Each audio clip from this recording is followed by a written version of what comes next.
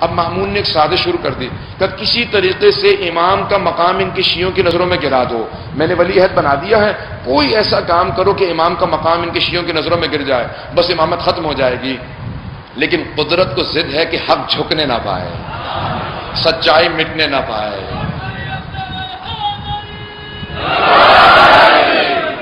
تو بس بھئی اللہ سبحانہ و تعالیٰ کا ایک اپنا نظام ہے۔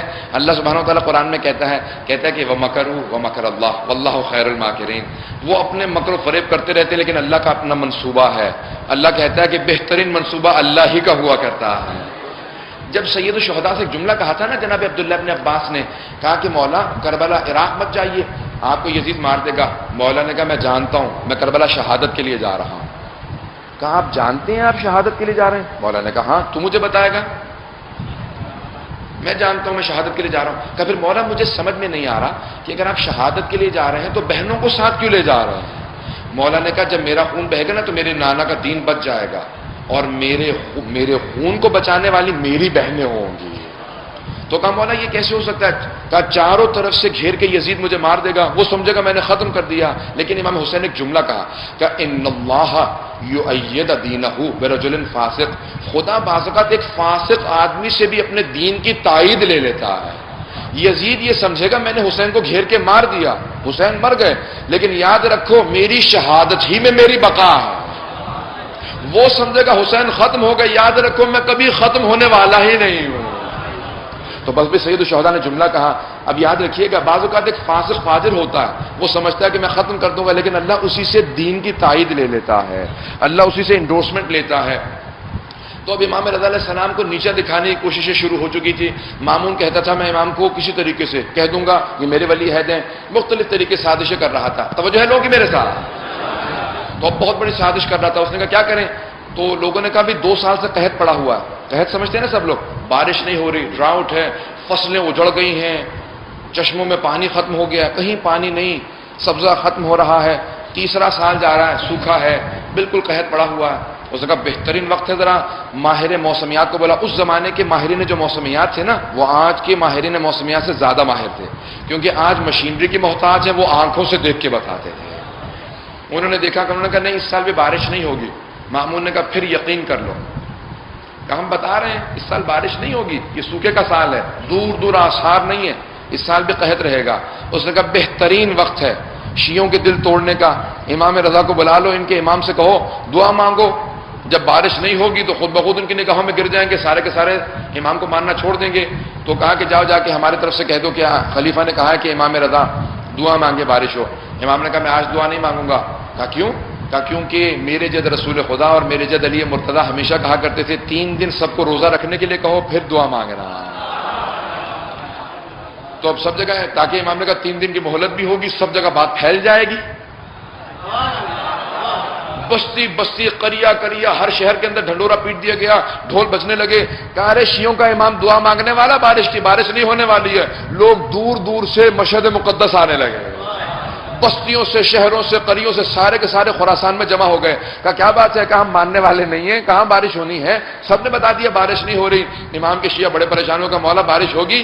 امام نے کہا تمہیں اپنے امام پہ شک ہے؟ اب سارے کے سارے جمع ہونے لگے۔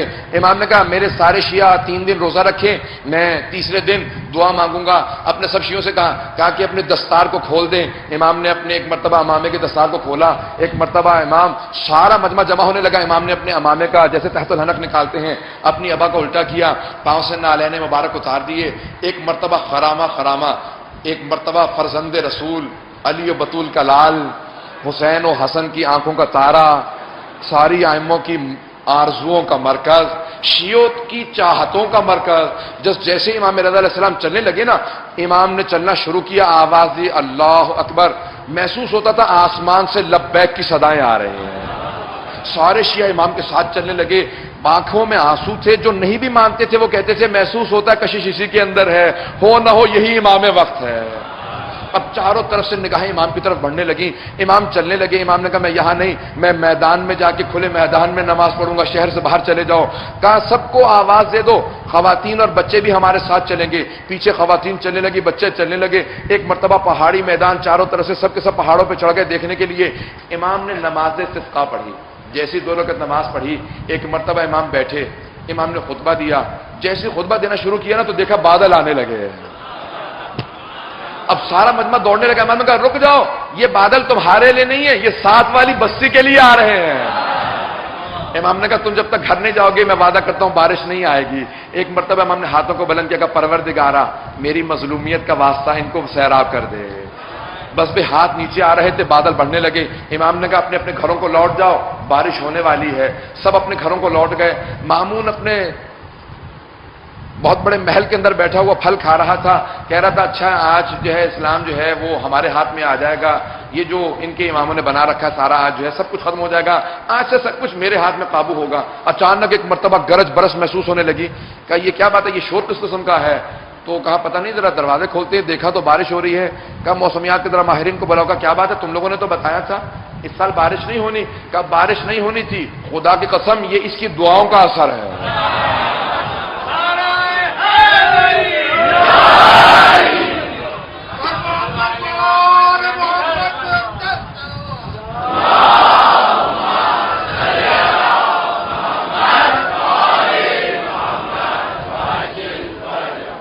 جب مجمع نے، جب مامون نے یہ سنا نا کہ ان کی دعاؤں کا اثر ہے، کا خبردار یہ مجھے تو بتا دیا، مجمع کو مت بتانا، تم اپنے اپنے گھر چلے جاؤ، بس اب بارش ہو گئی ٹھیک ہے، آئندہ کچھ اور منصوبہ سوچتے ہیں۔